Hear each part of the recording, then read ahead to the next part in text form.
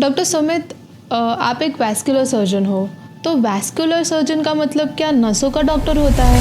Yes, but specifically कहूँ तो vascular surgeons are those super specialists who can treat diseases and disorders of blood vessels except the brain and the heart. अभी young लोगों को बहुत ज़्यादा heart attacks आ रहे हैं, तो क्या आप भी ऐसे यंग लोग देखते हैं जो उनको वैस्कुलर प्रॉब्लम्स भी हो रही है? Yes, the risk factors for both heart and leg artery blockages are the same. A lot of young patients जिनको लेग में आर्टरीज में या वेन्स में ब्लॉकेजेस आ रहे हैं. Treatment which we often do is called as a carotid endarterectomy for stroke prevention. Even Rajinikanth has undergone this surgery.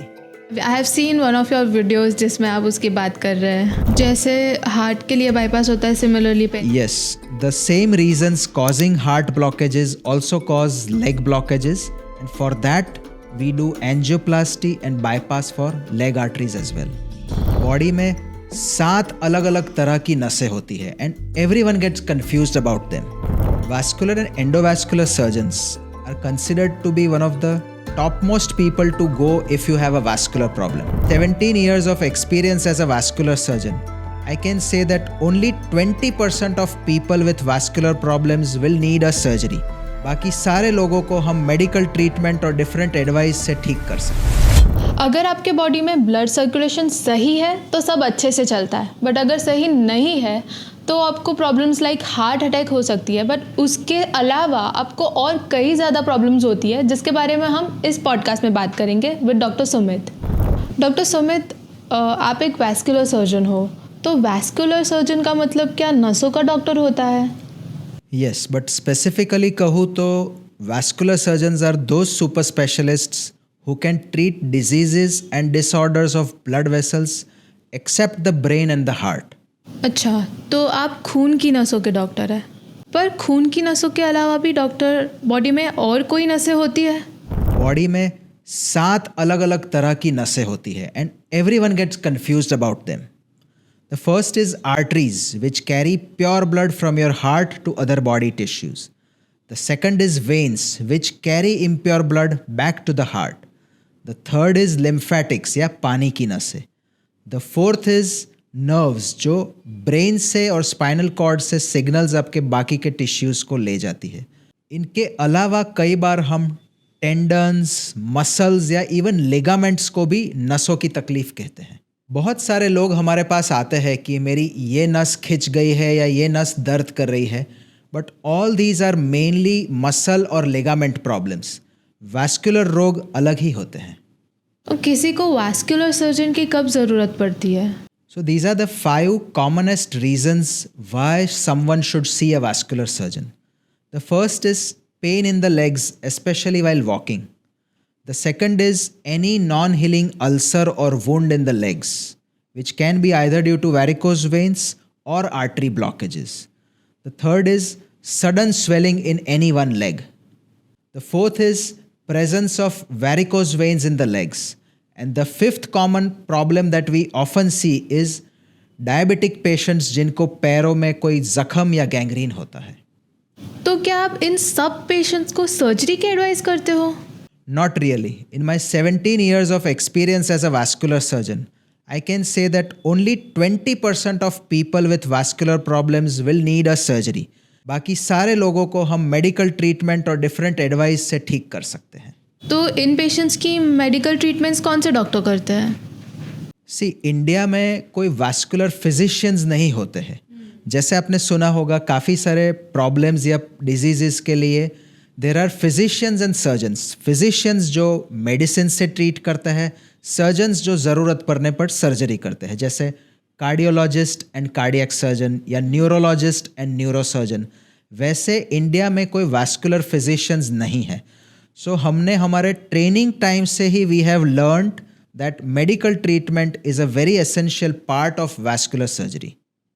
आप medicine recommend करते हैं, पर उसके अलावा क्या क्या ट्रीटमेंट्स आप रेकमेंड करते हो?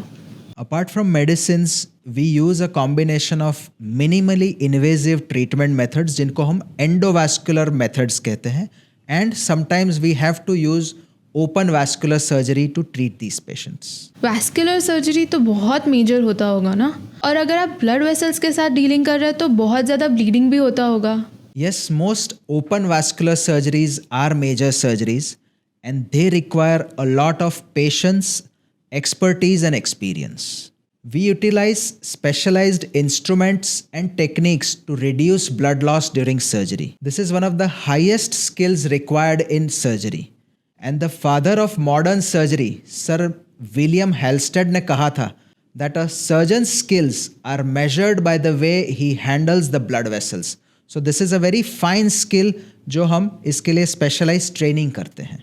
तो इसका मतलब आपका काम तो बहुत ज़्यादा चैलेंजिंग है. कौन सी सर्जरीज है जो आप बहुत कॉमनली करते हैं? Three of our commonest surgeries that we do almost daily would include leg bypass to prevent amputation. जिनको पैर की नसें ब्लॉक हो जाती है और गैंग्रीन या एम्पुटेशन का रिस्क है, उन लोगों में हम पैर की नसों की बाईपास सर्जरी करते हैं. That is one of our commonest surgeries that we do. जैसे हार्ट के लिए बाईपास होता है, सिमिलरली पे. Yes, the same reasons causing heart blockages also cause leg blockages, and for that we do angioplasty and bypass for leg arteries as well. The second common surgery that we do is an AV fistula for people who require to be on dialysis. And the third treatment which we often do is called as a carotid endarterectomy for stroke prevention. Even Rajnikant has undergone this surgery. Yeah, I have seen one of your videos जिसमें आप उसकी बात कर रहे हैं. Apart from these complex vascular surgeries, we also do a lot of minimally invasive treatment methods like varicose veins के लिए laser या glue treatment. Even leg artery blockage में nowadays angioplasty and stenting is the preferred treatment choice. So हर बार हम सिर्फ major surgery नहीं करते. There are these minimally invasive methods जिनसे हम काफ़ी लोगों को हेल्प करते हैं. तो मिनिमली इन्वेजिव और ओपन सर्जरीज में क्या मेजर डिफरेंस है? Minimally invasive या endovascular procedures have absolutely changed the way that vascular problems are being treated. एक टाइम था 20 साल पहले जब हम 4-5 घंटे की सर्जरी करते थे, पेशेंट्स को रिकवरी में 3 से 4 हफ्ते लगते थे और कई बार 3 से 4 यूनिट ब्लड की भी ज़रूरत पड़ती थी. But now with modern techniques, ये सारे procedures we can do them with very small cuts and sometimes through needle holes. And complex endovascular procedures, angioplasty, stenting, aortic aneurysm के अंदर covered stent, ये सारे जो major surgeries होती थी, they are now being done endovascularly. इसमें फ़ायदा ये है कि they can be done without any major cuts, without major anesthesia, without major bleeding, and the recovery is also very fast. In fact, angioplasty के बाद हम कह सकते हैं कि दूसरे या तीसरे ही दिन से आप नॉर्मल रूटीन पे लग सकते हैं. एंजियोप्लास्टी तो काफ़ी सारे डॉक्टर्स करते हैं, जैसे कार्डियोलॉजिस्ट हो गया, इंटरवेंशनल रेडियोलॉजिस्ट हो गया. तो फिर वैस्कुलर सर्जन्स क्या डिफरेंटली करते हैं? Vascular and endovascular surgeons are considered to be one of the topmost people to go if you have a vascular problem. And there are 4 major reasons why. The first is exclusive and extensive training. हमारी training में we have learned to do only treat patients with vascular problems. जबकि बाकी specialties में like a cardiologist will treat heart disease also and sometimes vascular problems. Similarly, interventional radiologist may treat many different diseases, but vascular and endovascular surgeons mainly focus on only one problem, that is a vascular problem. The second is balanced treatment options. कई बार surgery अच्छी पड़ती है, कई बार angioplasty. So to decide which one is better, if we do both the things, we are in a proper position to give the best choice to the patient. Third is a combination of surgery and endovascular procedures. कुछ लोगों को दोनों चीज़ों की ज़रूरत पड़ती है. Some places they need a surgery, some places are treated by an angioplasty. So we are trained to do such hybrid intervention involving both these methods to give the best results to our patients. The fourth is vascular surgeons are also experts in wound care. काफ़ी लोगों को vascular disease में leg में ulcers होते हैं, wounds होते हैं.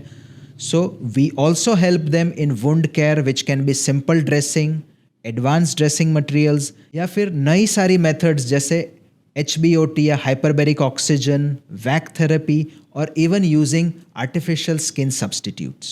Vascular problems में होता क्या है? वैस्कुलर प्रॉब्लम्स मेनली दो तरह की होती है। One is artery problems and the second is when problems.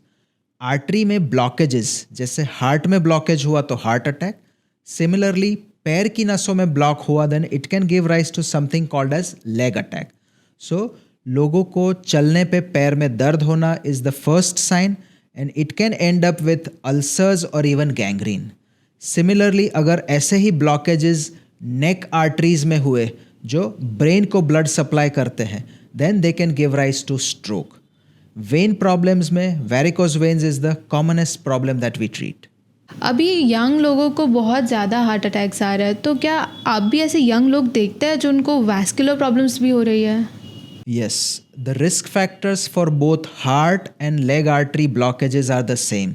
We also see a lot of young patients जिनको leg में arteries में या veins में blockages आ रहे हैं। तो क्या रीज़न है कि इतने यंग एज में लोगों को वैस्कुलर की भी बीमारियां आने लगी है? The earlier 6 major risk factors for arterial problems or atherosclerosis were old age, diabetes, cholesterol, high blood pressure, smoking, and family history. But nowadays, these 4 modern risk factors are contributing to a very large extent. And these 4 risk factors are unhealthy diet and food habits, especially sugar, stress, reduced physical activity, and inadequate sleep. These 4 are the modern risk factors for artery blockages. So doctor, lifestyle changes में क्या कर सकते हैं जिससे आप vascular problem से दूर रह सकते हैं? So we have to take care of the modifiable risk factors. आप नॉन मॉडिफाइबल रिस्क फैक्टर्स जैसे एज या फैमिली हिस्ट्री को नहीं चेंज कर सकते, but you can definitely modify these modern risk factors. So healthy diet, low sugar, active exercise or walking. Even walking for 30 minutes every day will be very useful.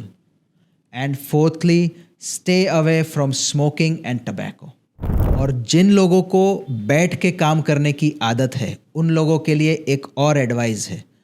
Sitting is the new age smoking. Yes, smoking की तरह prolonged sitting also is linked to lot of vascular problems. So please try to maintain an active, healthy lifestyle.